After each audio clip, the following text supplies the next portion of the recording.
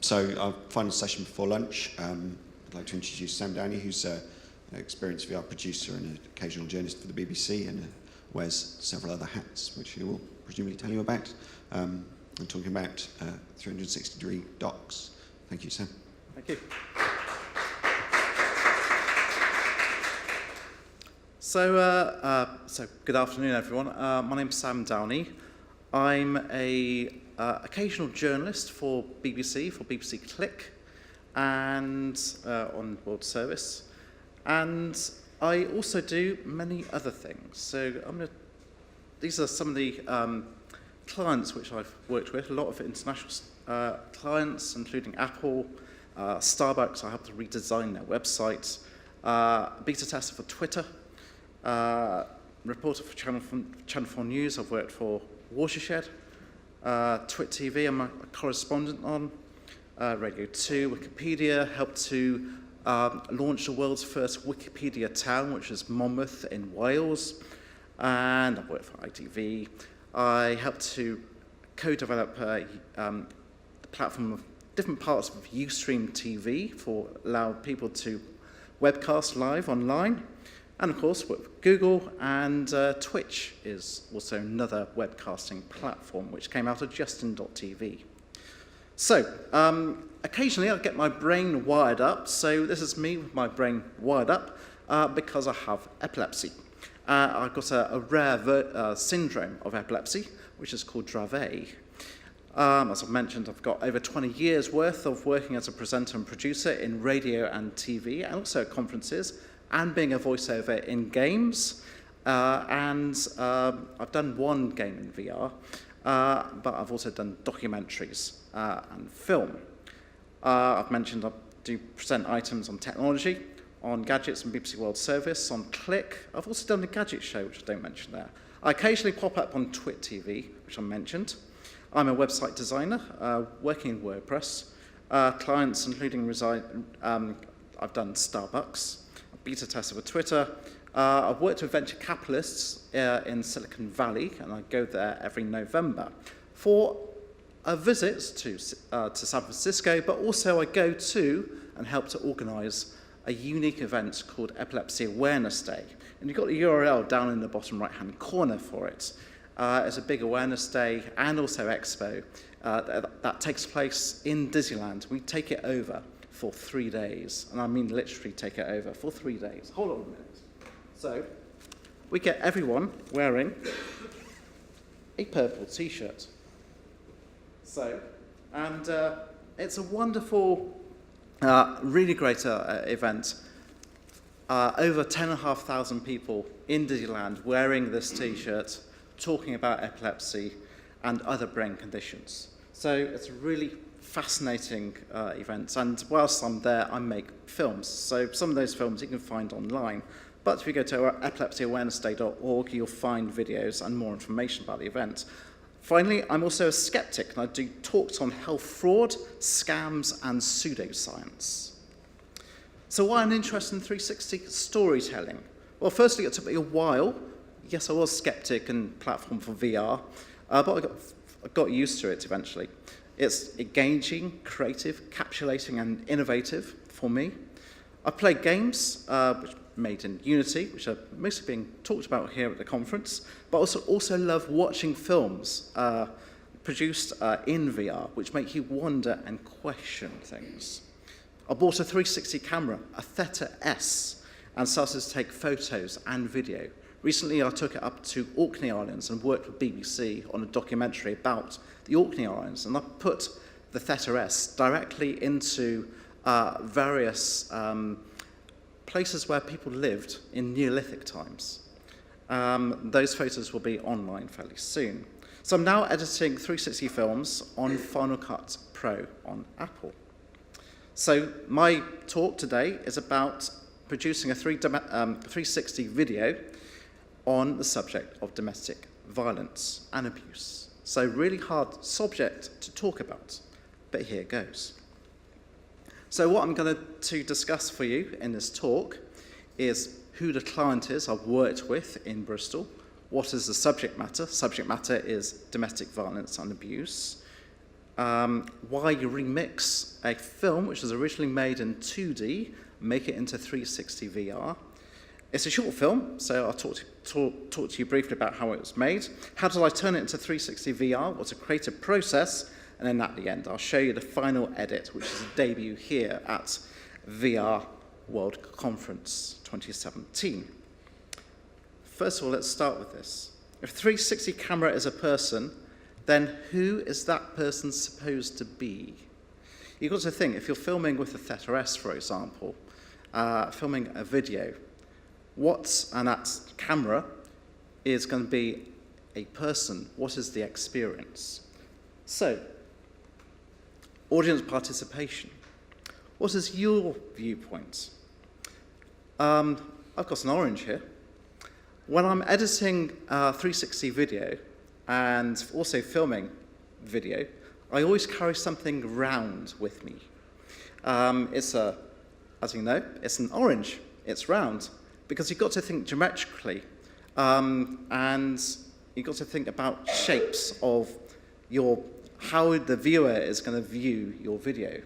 This is round, so imagine if you cut it in half, you get 180 degrees. It's 360 total. So your viewpoint, you should, my saying is, be able to fit your head within inside an orange. Because if you peel back and just have the peel, that is your projection screen that you're projecting onto. And I'll come on to some problems that when you're projecting onto a round surface, it becomes problematic within Final Cut. So here's the clients which I'm working with. They are called Gender Free DV. They're based here in Bristol. So domestic violence, this charity formed. So it's all around us, but it affects not just women, but men, disabled, children, deaf people, blind people, gay, bi, transgender. So it's a fascinating subject. So question is why do you hear from them, or why don't you hear from people who have been affected by domestic violence when they report crimes of abuse to police? So this charity fund started up. So I'm going to play you a short video from one of the founders in a moment. But here's some posters that came out from the charity, some stats. So male victims of domestic violence are reluctant to report abuse they suffer for fear of being accused of violence themselves. And so that's one person on the left-hand side. And that's come from research from Teesside University, from social sciences departments and also business law. So these are all based on case studies. And so within research, men are always arrested under false charges, and their disclosure of being the victim are not taken seriously enough. So this is kind of what I'm concentrating on, and this is what one of the films I'm going to show you. So the other poster is quite dynamic. This was made purely by the charity with the support from Avon and Somerset Police. So, talking about Avon and Somerset Police, this is a recent campaign by them, which was started last November. And Gender Free DV had a really good input into how this came about and actually helped to change the police force's thinking in gender abuse and when these cases come about. So we helped to form this campaign with them, which was online, and it was really, really good, and it's still going today. So let's meet the director of this short film, and also from Gender Free DV. This is Sean. My name is Sean, and I am a filmmaker, TV director, a full-time father, and I'm an advocate as well. Sean, tell me about Gender Free DV. Well, Gender Free DV's got its genesis in a personal experience that I had, which was being falsely accused of domestic abuse. It was quite a shock, really, and I learnt when it happened to me, I was very naive, and I expected that everything would be very quickly resolved. My partner would be helped, and my children would receive support. But it's a very tough process that has got its roots in an ideology that doesn't always favour justice and child protection and family rights. And I knew none of this before this dreadful thing happened to me. So why was Gender Free DV founded? It's quite contentious, really, because the understanding of domestic abuse is based around violence against women and girls. It's a highly gendered, and it has been for decades, highly gendered way of approaching domestic abuse. But its roots is not in that. Its roots are in looking at domestic abuse as intergenerational family violence. So it was a bit of a challenge, really, to consider saying it's gender free. What it really is it's trying to be gender inclusive. It's trying to say that we shouldn't be determining domestic abuse and interpersonal violence based on gender. And that's a widely held belief and view that's felt certainly within the LGBT community, and is spread across disabled and the elderly. Once the campaign started, and it was there really to address anybody across the gender spectrum who wasn't being supported or felt left out of the debate, it very quickly garnered an awful lot of interest across the board from within the LGBT community, within the disabled community, if you can call them communities, but people who had different backgrounds. What people are known as silent survivors, elderly, disabled, LGBTQ, women abused by women, and men, all of them left out of the debate. Essentially, if you only consider this to be about gender, you only think about domestic abuse victims as being females between 20 and 35, and that is not the case. Where can people find out more information about Gender Free DV? So that kind of gives you a little bit of background around why the charity was set up. So, as Sean is a filmmaker, he set about making some films. And he gave me stems of one of his films of a deaf male. So these are the stems and the files which I got. So I imported them directly into Final Cut. And I first thought, okay, hang on, I've got a problem. This is a film that's made, which is 2D, it's flat. How do I turn it into 360? Okay, so this is the question. We've got a selection of these films. How do I turn it? How the hell do I turn it into 360? And it took me a day or so just to think about this. So I looked, searched online, and then found this. I came across a film director in America called Tim Westwood. It's Tim Dashwood. And he makes plugins for Premiere and Final Cut. And these plugins are really, really great. Real-time 360 VR. And so I'm going to concentrate on one plugin today, which is free. So you can get this from dashwood3d.com. To give you more information about this plugin, I'm going to play you a 2-minute video from their website. Introducing Dashwood 360 VR Toolbox, offering real-time head-mounted display monitoring and a suite of utility plugins for Premiere Pro, After Effects, Motion, and Final Cut Pro on the Mac. The Dashwood 360 VR HMD Viewer app provides direct real-time playback to a head-mounted display while working on your 360-degree video in your favorite host app. The Oculus Rift DK2 is supported in the initial release, with support planned for other headsets coming to market in 2016. Dashwood's 360 VR Toolbox includes a feature-rich set of tools for both 2D and 3D 360-degree video. The Reorient Sphere plugin filter allows reorientation of equirectangular, lat-long footage on the X, Y, or Z axis. The Project 2D on Sphere plugin allows placement of 2D elements in a 360 spherical scene.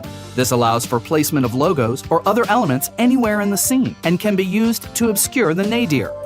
The filter can also be used in After Effects with the Reorient Sphere plugin to paint out the 360 array's tripod. Seamless plugin filters are also provided for blurring, sharpening, glow, and noise reduction without affecting the wraparound seams of the spherical scene. Cubic skybox and stereographic little planet projections are also possible with easy-to-use plugins. Project horizontal, upward, or downward-facing fisheye scenes into an equirectangular panorama. Output keyframeable pan and scan 2D or stereoscopic 3D versions of your sequence with the HMD Preview plugin. These are just a few of the features we have released so far, and we have many more on the way. The 360 VR Toolbox public beta can be downloaded now from within the FX Factory plugin store and used for free as a watermarked trial. Purchasing a license will remove the watermarks and you will never be charged for future upgrades. Dashwood 360 VR Toolbox. That now gives you a great platform of plugins to use to help you create 360 VR video within your editor of choice, Final Cut, Premiere, and so on. So I installed the plugin, and I'm going to talk about very briefly about one, which is a viewer, and it's free. So I installed it. I brought in my content from the video stems, and this is what I get with the 360 VR viewer. It allows me to move the viewer around in 360, and I've got several controls here on the left-hand side. So I've got overlays. As you can see, I've got front, right, left, bottom, top. So I can see where I can position my footage. I can also change the resolution. It says mono 360, but the other setting is for other video playouts. And also, I can look at my field of view. So I've selected 180, but I can also change that and zoom in and zoom out, just to check where I'm positioning my video footage on screen within this sphere. So, this is what it looks like when I can minimize the player and just take a look. And you can see my video content is actually positioned right in the middle on Final Cut's window. So that gives me an illustration of, I know now where is the top, where is the bottom, where is the left and right hand side and the middle, which is really crucial when you're doing 360 video. So I'll just move on. So I've got my content, I've imported it into it. So now it took me about 8 hours to work on this film with all this footage and also getting the right player, doing A/B testing, and I came up with a really good edit, and the video is now online. It's on YouTube, and so if you search for gender-free DV on YouTube, you can find the 360 video there, and it'll play back on your mobile phone and or your iPad or computer. But as this is a flat screen, I'm going to show you the flat version of this film. And here you go.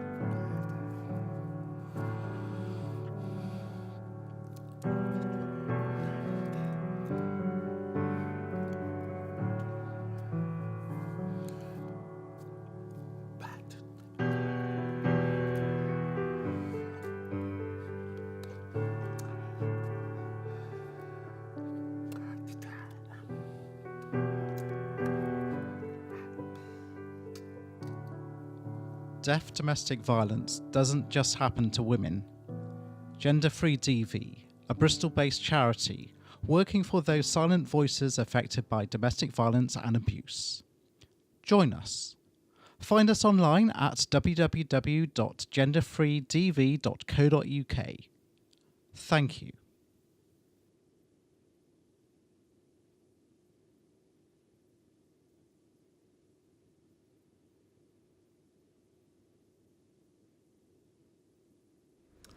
Okay, so this film is being used right now by Avon and Somerset Police in their police training. It's also being used by other police forces around the country, the Met, Wiltshire Police, also Gloucestershire Police and Wales Police Forces. I did a test, A/B test, showed them a flat version and the 360 version to police officers. And which version do you think they liked? They liked the 360 version because once you've got this video in front of your eyes and you can have this person, this victim, then they can emphasize with the victim and with the character. And it's been really, really helpful so far. So far, this has trained over 10,000 police officers. There's more 360 films in development. There's over 20 films, some of these on the Gender Free DV YouTube site, which will be changed into 360 video. So it's a kind of a important subject to talk about, and it's the only subject which has been talked about in VR like this in the world, and it's really, really great. So this is Gender Free DV, based here in Bristol, and they've helped to almost change the law and starting to change the perception of how police deal with domestic violence and abuse in the UK. So if you want to get the notes from what I've been talking about in this session, I've made a blog post where I've also got links to the videos and links to Tim Dashwood, to the plugins, and what you need. Of course, I haven't mentioned the prices. Dashwood plugins are $200, but of course you need a Mac and Final Cut to make the films and a camera as well. So that's it. Thank you from me. Thank you for listening. Don't forget to catch me occasionally on BBC, Click on BBC World Service, on Twit. I'm also going to be talking about technology on This Morning as well, and I'll be talking of course, about VR. And that's, please follow me on Twitter. So thank you for listening.